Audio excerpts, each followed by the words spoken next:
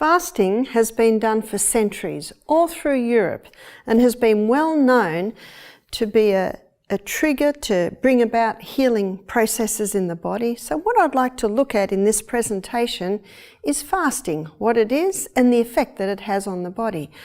And research is coming out today that is revealing that fasting is doing far more than most people thought. So I'd like to have a look at the different types of fasting. But first of all, what is fasting? Fasting basically, in the dictionary says, absence of food. Now, food is eaten to give nourishment to every cell in our body. So what happens when we don't fast? Now, as I showed you yesterday, when we went inside the cell, here is the cell, and we have the pathways. We looked at the 20-step pathway, and this 20-step pathway gives us 2 units of energy. This is where glucose goes down. The end result of the 20-step pathway is a chemical form of glucose called pyruvate. Pyruvate is the chemical form of glucose that gets fed into the 8-step pathway, and this 8-step pathway delivers to us 36 units of energy because of the presence of oxygen, whereas this pathway, no oxygen. So this is your glycolytic pathway, and this is the mitochondria Krebs cycle pathway. We also looked at the fact that the body also stores glucose like little molecules, just like a little bunch of grapes really. Looks like a little bunch of grapes, but they're little molecules of glucose sitting in the muscle cell particularly, ready to be plucked when no food's coming in. And we also looked at the third place that the liver sends glucose when we eat is as the fat cells. And the fact is that we can go periods of time without eating because we've got these backups. We've got our glycogen stores already in our muscle cell. We've got our fat stores. So we can go periods without eating because there are stores in the background. So what happens when you fast?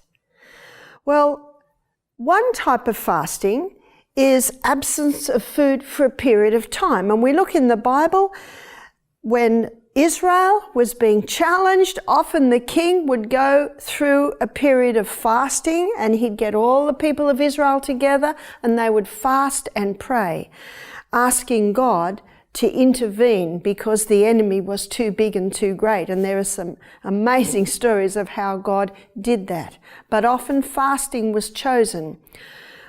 You see, 1,200 calories is required to digest a meal. So when you're not digesting a meal, all that blood and energy is going to other areas. And because the brain is headquarters, capital city of the human body, when you need to do some intense thinking, and I guess when Israel was in trouble and they were praying and pleading with God for wisdom, for intervention, then all their body's energies, the body's energies that usually go with digestion were able to go to brain function, help clear mind. You see, when they weren't eating, the body started plucking the glycogen stores and started eating up the fat stores.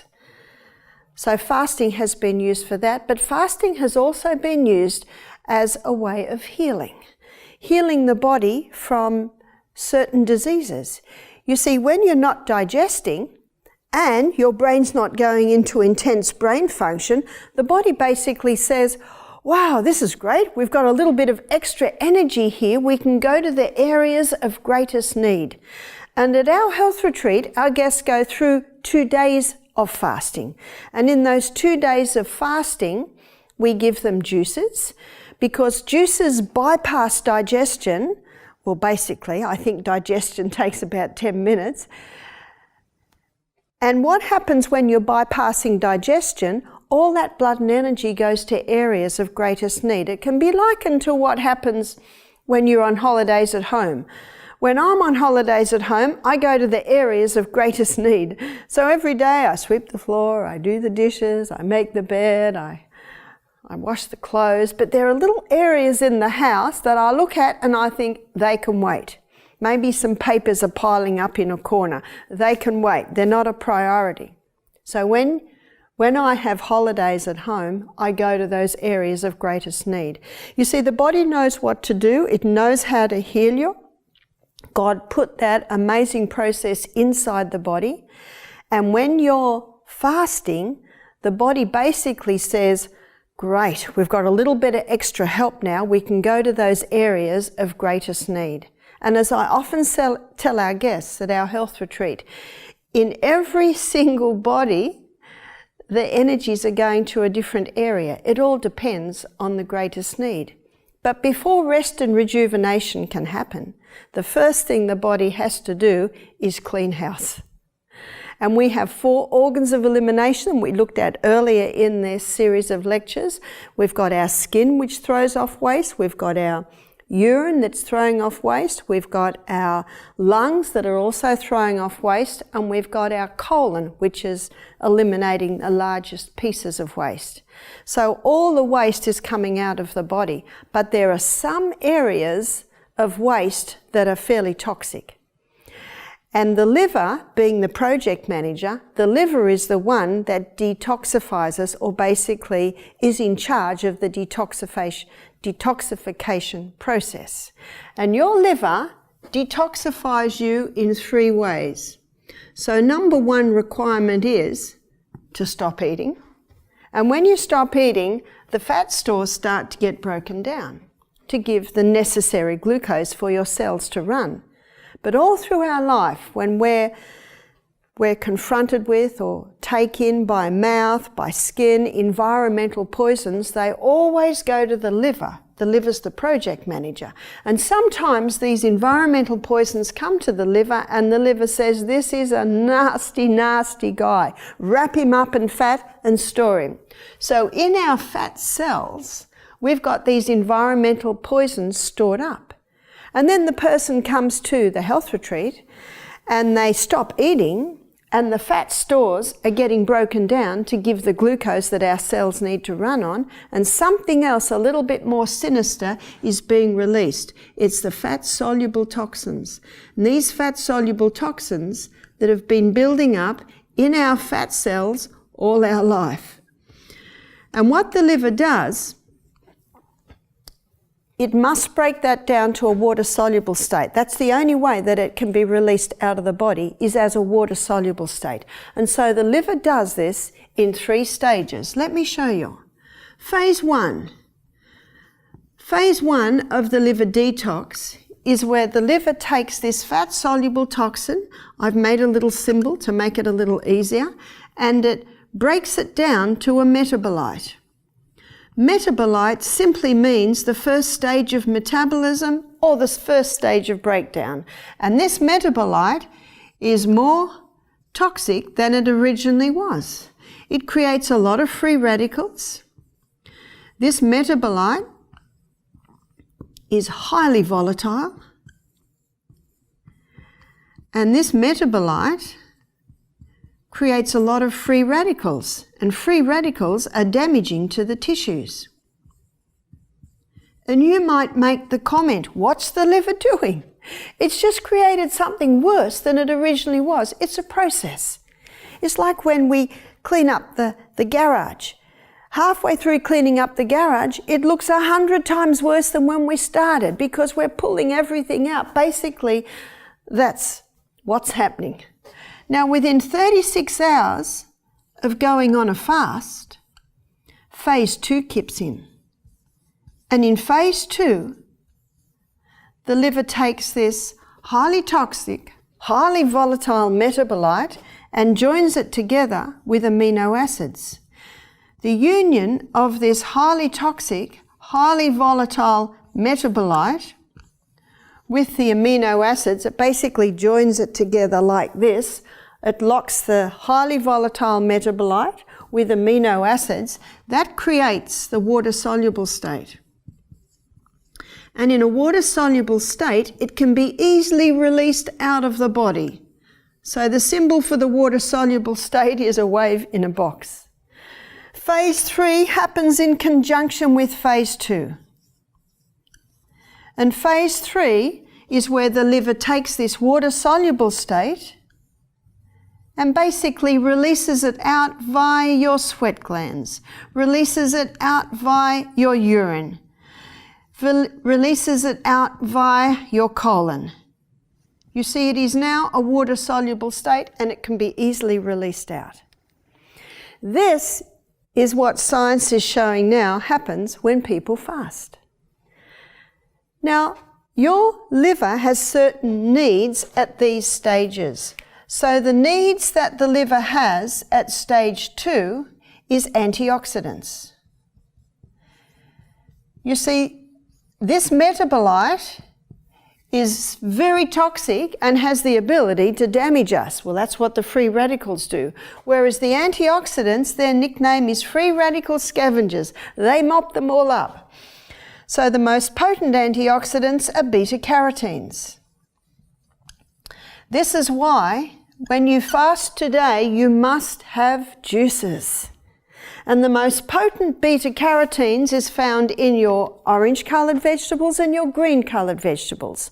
So at our health retreats, we give mostly carrot, celery and apple juices. That's 80% carrot, 10% celery, 10% apple. And our celery is dark green because it's come out of my garden. So that carrot, celery and apple juice, very high in beta-carotenes to mop up or to help mop up these nasty metabolites while the amino acids come in and join with them to make this safe water-soluble state. Another antioxidant is vitamin C. Vitamin C is not ascorbic acid. Ascorbic acid is only part of vitamin C. Ascorbic acid is like the envelope that's holding all the other nutrients that makes up vitamin C. Have you ever got an envelope in the mail and opened it and it's empty? That's ascorbic acid. You might have heard of Dr. Linnaeus Pauling. He got 2 Nobel Prizes for his work on vitamin C. It was not on ascorbic acid, it was on the whole C. And the whole C is what you'll find in your fruits and your vegetables. So if you do buy a vitamin C, make sure it has ascorbic acid with bioflavonoids. The bioflavonoids come with the ascorbic acid to make the whole C. Another potent antioxidant is vitamin E. Vitamin E is a fat-soluble vitamin, so you'll find vitamin E in nuts, seeds, grains, legumes. What's also required at phase 2 is minerals. And minerals are found in that little bit of Celtic salt before every glass of water. Using organically grown fruits and vegetables for the juices is providing the minerals. And with our guests, we give a steam bath every afternoon. At 6 o'clock, they have broth. And broth is a lot of vegetables cooked in a lot of waters for many hours and then strained. So all the minerals out of the vegetables have gone into the water. We even put stinging nettle in our broth. Then it's strained out. The good news is you don't have to eat it. You just get the minerals out it in the water. And then we put some Celtic salt in. So we give our guests every evening a broth, which is very high in minerals. Also vitamin B. Vitamin B is required. On our detox program, we always give our guests a vitamin B supplement 3 times a day. What we aim to do is nutritionally support every cell in the body. We aim to nutritionally support the liver to be able to effectively detoxify you, to be able to mop up these nasty metabolites and get them out of your body. Well, what's the needs in phase 3? Because amino acids are required. This is phase 1. Now we're looking at the needs of phase 2. So the needs of phase 2 are protein. Protein is required to supply the amino acids to mop up the nasty metabolites. So when we are running a detox program at our health retreats, we always serve a protein powder, especially day 2, because notice what I said, within 36 hours, phase 2 is kicking in. So definitely by the 2nd day, protein is needed. We use a pea protein, and it's a pre-digested protein, so it's very easily digested In fact, probably again in about 10 minutes, the digestion of the protein drink has been done. So on phase 2, when phase 2 is happening, which is day 2 of a fast, we supply 3 protein drinks. So that's 8 o'clock in the morning and 12 o'clock and 4 o'clock in the afternoon. On our detox days, we give 5 juices, 8, 10, 12, 2 and 4. And so on the second day, it's every second juice gets the protein, and all other juices we serve a green barley, which is very high in the beta-carotenes. What does phase 3 need? Phase 3 needs fats. What fats do is they keep the cell nice and supple and allow the process to happen. And so in our protein drinks, we give a little bit of coconut cream. We also put a bit of almond milk in. So the combination of almond milk, coconut cream and the protein powder, that makes up the protein powder that we give to cope with phase 2 of the liver detox. This information has only been known since 2002. But as you can see by my illustration this morning, it's important information. We are dealing with more fat-soluble toxins than any generation that's ever lived on planet Earth. The Bible talks about Jesus fasting for 40 days. It was actually a miracle because he didn't drink water for 40 days, and we would not survive that. But all through history, there's stories of people fasting, sometimes for long periods of time, to be able to overcome certain illnesses. But in 2016, going into 2017, we need to be mindful of the 3 phases of the liver detox. So when you choose to fast, and fasting is an excellent way to give the stomach a rest, the gastrointestinal organs a rest, but it is also a God-designed way to free the system from built-up fat-soluble toxins that are coming into our body all through our life. But all the fasting experts agree today that you are far better to do 2 days of fasting a week or 2 days of fasting a fortnight rather than a long fast. Because if you do a long fast, too many fat-soluble toxins are released, and that will create too many metabolites, and it can make a person quite sick. You see, if all the environmental toxins were to come out of our body right now, we'd basically all be dead. Little by little, the body lets them go. We do 2 days of juicing at our health retreat for a 1-week program. Sometimes people come for 2 weeks and they will do a 2-day fast on the second week as well. And sometimes we see people go down on the second fast. You see, the first fast, it's going so deep. Second fast, going a little bit deeper. So when a person does start to get sick, we'll often give them a little extra protein. You can see why, because the amino acids are mopping up those nasty metabolites. Someone can get quite sick if they do a water fast, because if they do a water fast, there is nothing to mop up these toxic metabolites, and then there is nothing to join them together to create the water-soluble state that can be easily released out of the body. I was fascinated to read in Florence Nightingale's book that when she found a very sick patient, almost death's door, they responded to 2 things: beef tea and raw milk. Now, what do beef tea and raw milk both contain? Protein. As I say to our guests, we're not going to give you beef tea and raw milk. They're not very safe today. And we have something superior to that, which is the plant protein. If someone comes and does our health program and does a couple of days on fasting, and they're a Vietnam veteran, or they're a farmer that's had a lot of exposure to chemicals, or maybe a cleaner. We've had some very sick cleaners using chemicals to clean, hairdressers. These are all people that have had a lot of exposure to chemicals.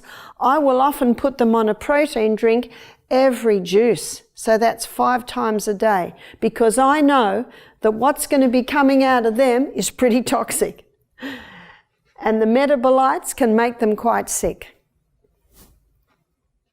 This also explains why Dr. Atkins was having results. You see, you can't deny this guy was number one. His book was number one on the New York Times best-selling list 4 years running. Most people don't realise his patients had to eat 3 cups of vegetables a day and 1 cup had to be greens. So they were getting a lot of beta-carotenes. They were also getting the protein that is necessary. And as a friend of mine who'd been a patient of Atkins, he said, you know, I believe if Atkins would have read the China study, Dr. Atkins would have become a vegetarian. That's quite a statement, isn't it? Because the China study has shown us very clearly the dangers of the animal protein. So only since 2002 has this information been known about the 3-phase of the liver detox. And as you can see, it is vital information, because if you do go on a fast to bring about healing in the body, it's very important that you nutritionally support your liver, that you nutritionally support every cell in your body so that you can effectively detox, because we don't want you to be sicker when you've finished than when you began. It also explains why some people get very sick on the detox. I have known some people to go on a 10-day fast and not get very sick. But you know, I investigated the case and I found out that these people were about 350 pounds.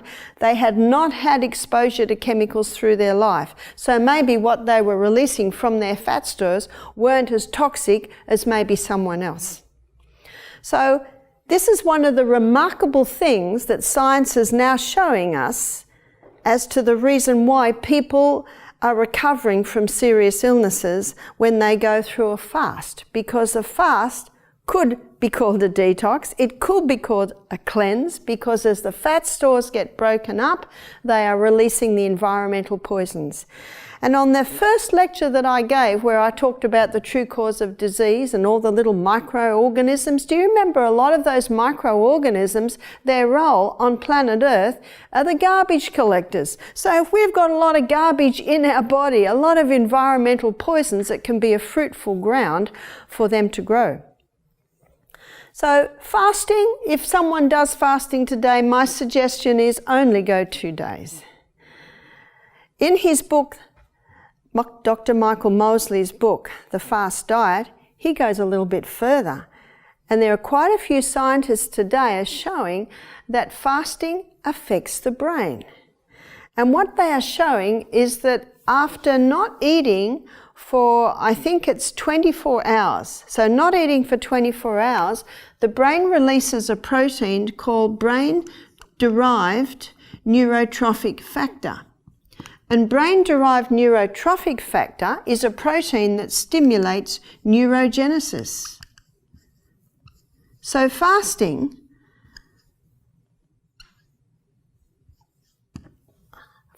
not only helps to rid our fat stores of built-up environmental poisons, especially as you saw, if you nutritionally support the body, fasting also stimulates the release of the protein, brain-derived neurotrophic factor, which stimulates neurogenesis. Do you know what neurogenesis means? New brain cells. Now, this discovery was made in 1998. Up until that time, it was understood that when the brain cells died, they were gone. And that is true.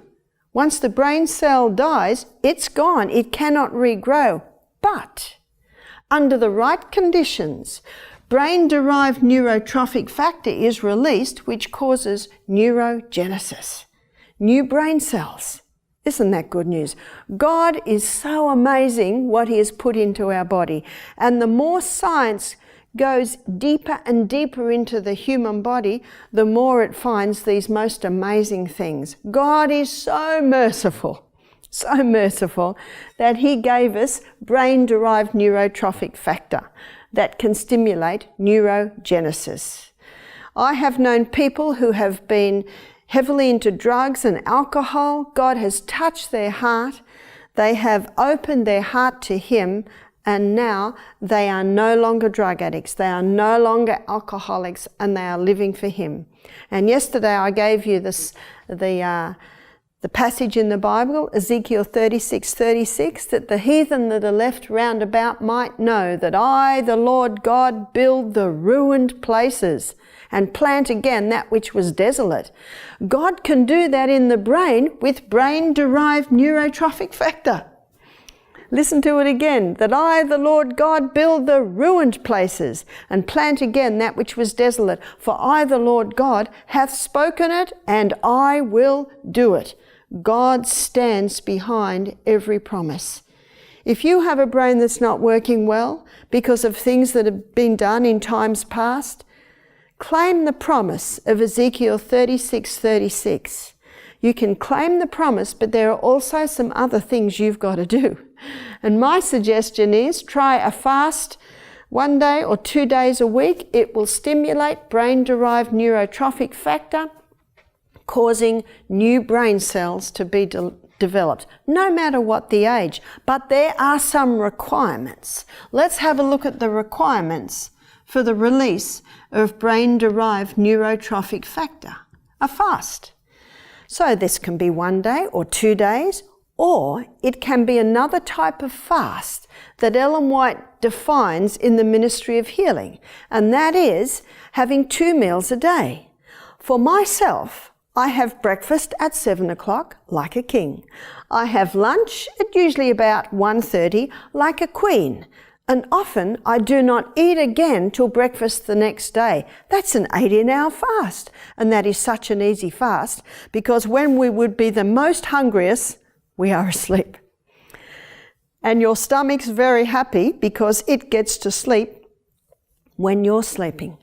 So the fast can be 1 day, or the fast can be 2 days, or the fast can be the 18-hour fast done every 24 hours. That's a very easy way to do it.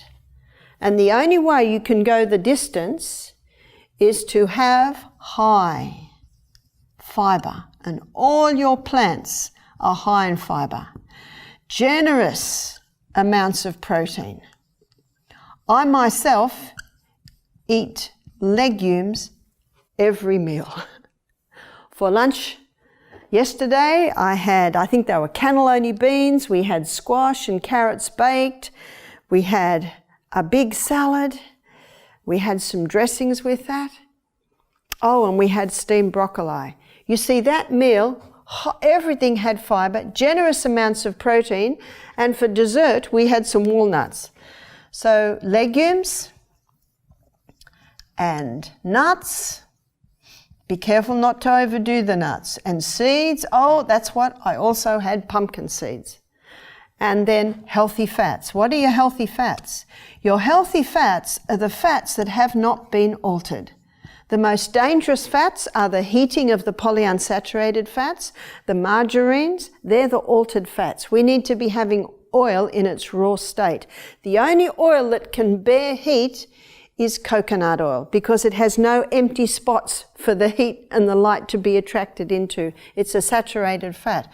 So your healthy fats are your nuts and your seeds and your coconut and your olive. Where did I get fats yesterday? I had fats in my nuts and my seeds. I had some olive oil. In fact, the cook had crushed garlic and put it with olive oil. And having talked a lot for the last few days and my throat got a little bit sore, I'm having some raw garlic every meal, and it certainly is helping. Praise God that He gave us herbs. Psalm 104 verse 14, God gave herbs for the service of man. What did I have for breakfast this morning? For breakfast I had raspberries, I had almonds, I had an orange. There's lots of fibre there, lots of minerals too. And then I had some rye toast with olive oil. I had crushed garlic on top of that. I said to my husband in the email, I don't think you would want to kiss me at the moment. I'm very, very strong of garlic. So I had garlic. Then I had avocado on top of that, and then I had some red lentils. The avocado and the red lentils on top of the garlic and the olive oil and the rye toast underneath helped to sandwich it. So my breakfast this morning was high in these. I had it at 7 and I know I will not have any hunger till 1 o'clock.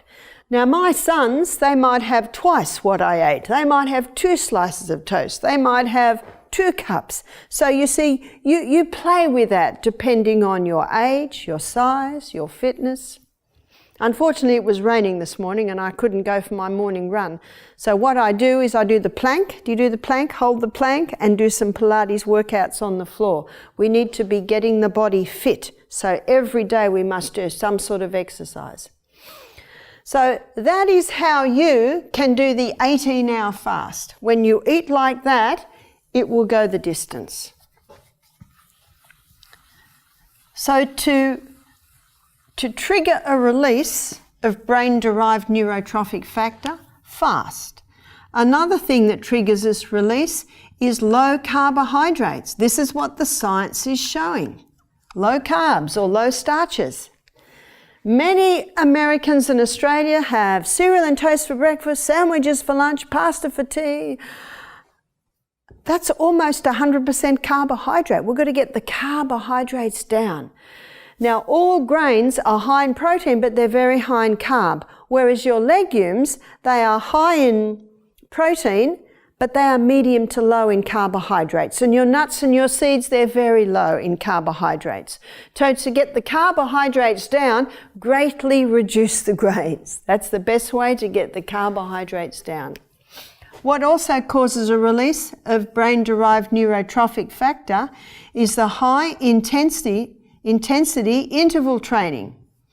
This is running for your life for 30 seconds and having a rest for 2 or 3 minutes and doing that about 6 times. That huge blast of energy causes the blood to start moving very fast, going into all the little extremities, especially the brain. What also causes a release of brain-derived neurotrophic factor is full hydration. The brain cannot function if it's dehydrated. Our brain is a hydroelectric system, so no hydro, and that's water, no electricity. So full hydration, how does full hydration happen? At least 8 glasses of water throughout the day, with that little bit of Celtic salt with every glass. And what that does, that Celtic salt with its 3 magnesium, it causes the water to be pulled inside the cell. What also causes a release of brain-derived neurotrophic factor is early nights. What totally blocks a release of the brain-derived neurotrophic factor is eyes. You see, your eyes are an extension of your brain, is eye exposure to technology. And do you remember those hours? That computer, that television has to be switched off before 9. But it's a documentary that you've been waiting to see for a while. Well, because of iView, because of recording, you don't have to watch it at that time. 9 p.m. and 2 a.m. I went to a lecture by Dr. Agatha Thrash. She's passed now, but she did a mighty work. And someone asked her the question, how often can you afford a late night? She said, about once every 2 years. Got that? Once every 2 years. You almost can't make up for those late nights. So to cause a release of brain-derived neurotrophic factor, make sure you're going to bed early. Number 6, sunshine. Your brain needs sunshine, and it gets sunshine through your eyes. So every day, ideally, it's a bit hard in Vancouver at the moment because we've got a lot of rain, but we did have a little bit of sunshine yesterday. As I do this list, have you noticed I'm actually going over the 8 laws of health? And that brings us to another one, and that is things that can inhibit the release is caffeine. The reason why sugar inhibits the release is because it overloads the brain with fuel, alcohol. Also drugs, and the drugs specifically that I'm referring to are the mind-altering drugs, whether they be legal or illegal, and tobacco. Tobacco robs the brain of oxygen. So for various reasons and in various ways, all of these substances inhibit the body's ability to release brain-derived neurotrophic factor. Notice in this cell, now this cell here is in every brain cell, these energy cycles. Notice how much energy we're getting with oxygen compared to a cell that doesn't get the oxygen, very little energy. And so that's where pure air comes into it. If a person's smoking cigarettes, they've got a huge reduction in oxygen going to the cell. And if a person is breathing in moldy air, chemical air, stale air, bad air, it inhibits the brain working properly because we're only getting this much energy instead of that much energy. Isn't it amazing how science is now showing that the 8 laws of health are stimulating a release of brain-derived neurotrophic factor. And when brain-derived neurotrophic factor is released, it causes the state of neurogenesis to happen. That means new brain cells. In Psalm 139, verse 14, the Bible says, I will praise thee, for I am fearfully and wonderfully made. Marvellous are thy works, and that my soul knoweth right well. So in looking at fasting, we're looking at the liver and how it's able to detoxify us from environmental poisons. We're looking at the release of brain-derived neurotrophic factor when we fast, which stimulates neurogenesis.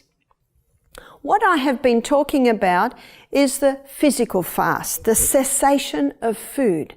But the Bible talks about another fast. And this fast basically is not food. This fast is talking about the absence of something else.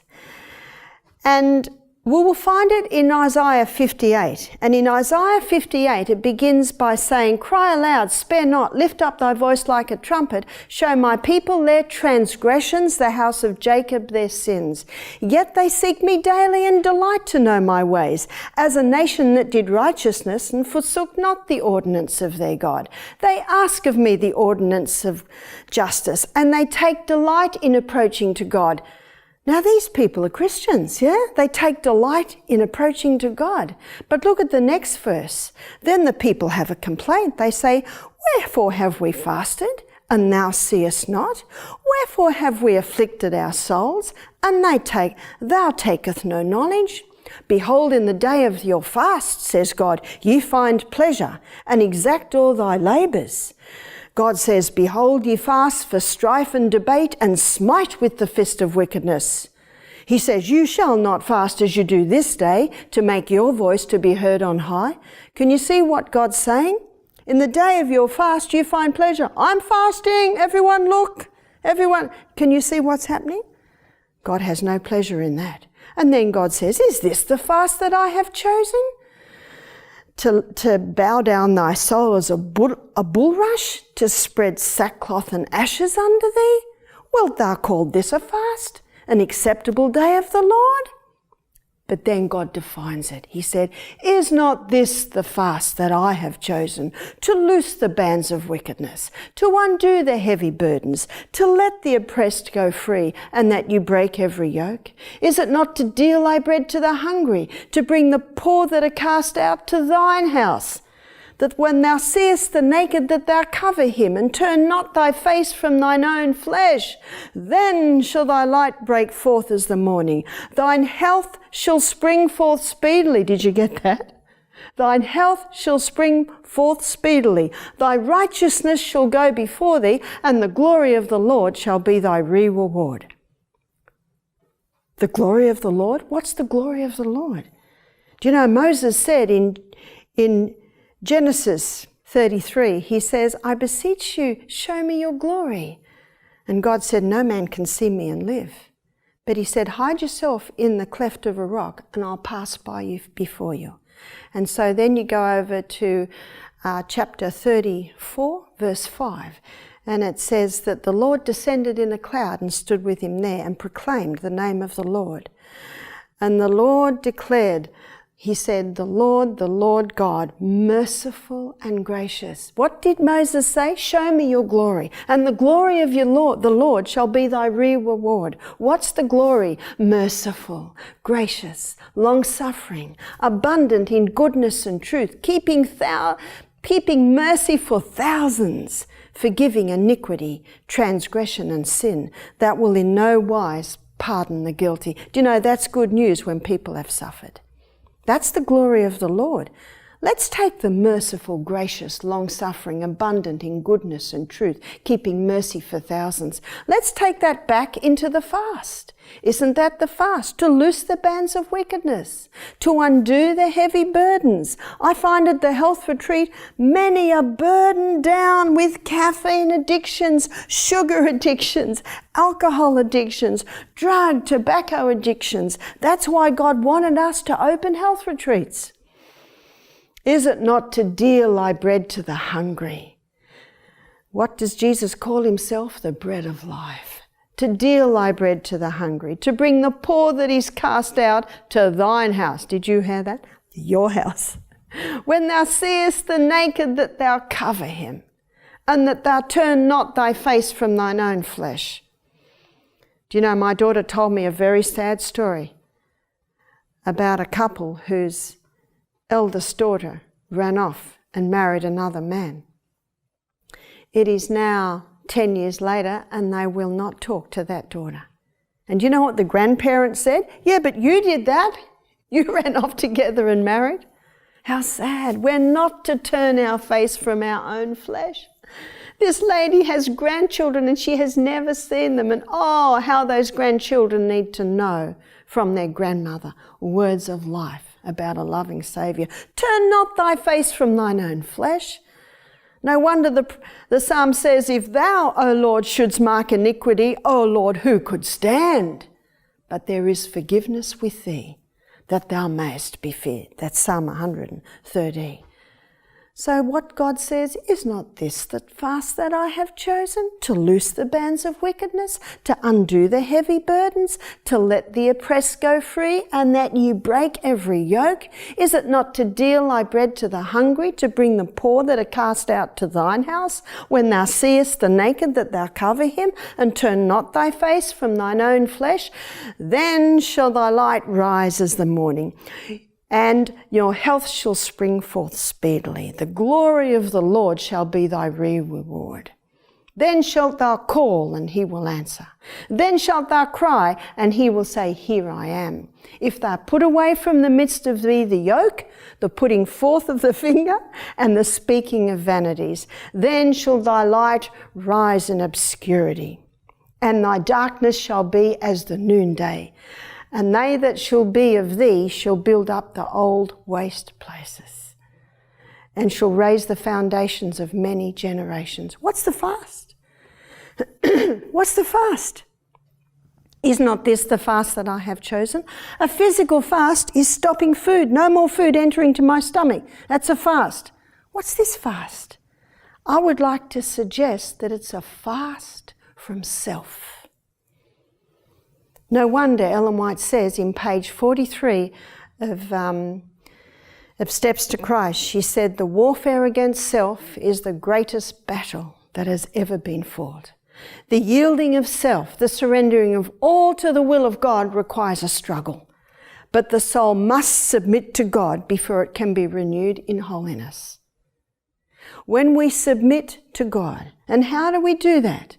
And in page 47, she says, what we need to understand is the true force of the will. This is the governing power in the nature of man. It is the power of decision or of choice.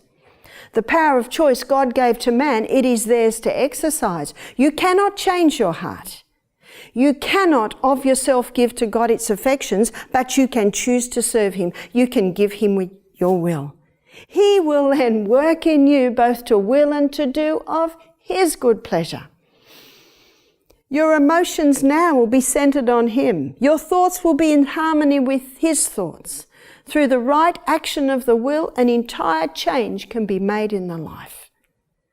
No wonder Jesus says, I stand at the door and knock, and if any man hear my voice and open the door, he says, I will come in and sup with him and he with me. That's the Saviour I want. You see, there's another power, and it's spoken about in 1 Peter 5 verse 7.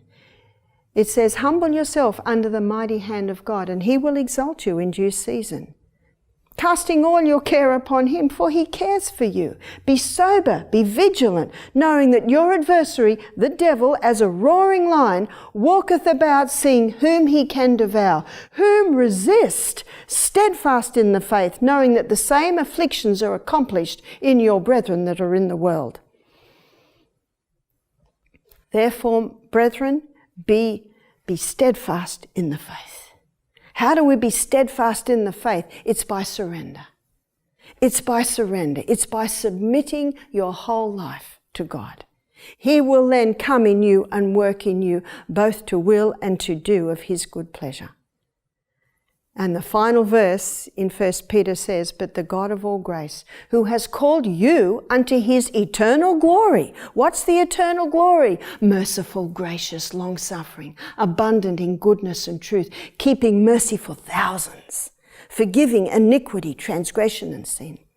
But the God of all grace, who has called you unto his eternal glory, after that ye have suffered. It is not easy submitting your whole will to God. It is not easy surrendering self. But the God of all grace, who hath called you unto his eternal glory, after ye have suffered a while, establish, strengthen, settle you. That is the way to do it. It is the only way to do it. God has made provision. God has shown us the way. No wonder he says, this is the way, walk ye in it. But God is a gentleman. He will never force, not like the roaring lion. But what does God say? Whom resist, steadfast in the faith, knowing that the same afflictions are accomplished in your brethren that are in the world. There are two polar opposites in our mind. One is faith and one is fear. From fear come all the negative emotions like grief, anxiety, discontent, remorse, guilt, distrust. And God has told us what to do with fear. In 2 Timothy 1 verse 7, God says, I have not given you the spirit of fear, but of power and of love and of a sound mind. You see, a sound mind is the opposite to fear. What's the sound mind? Over here where faith is. And Hebrews 11 verse 1 says, faith is the substance of things hoped for, the evidence of things not seen. And faith grows strong by earnest conflict with fear and doubt. That's why the Bible says, whom resist, you go to battle. Don't let him in. Don't let him in. How do you go to battle? Let God do the battle for you. Where's the greatest battle ever fought? The surrendering of self. The yielding of self, the surrendering of all to the will of God requires a struggle. It is a struggle. But the soul must submit to God before it can be renewed in holiness. Faith and hope are inseparable companions. Hope sees the invisible, feels the intangible, and achieves the impossible. And Philippians 4:13, I can do all things through Christ that strengtheneth me.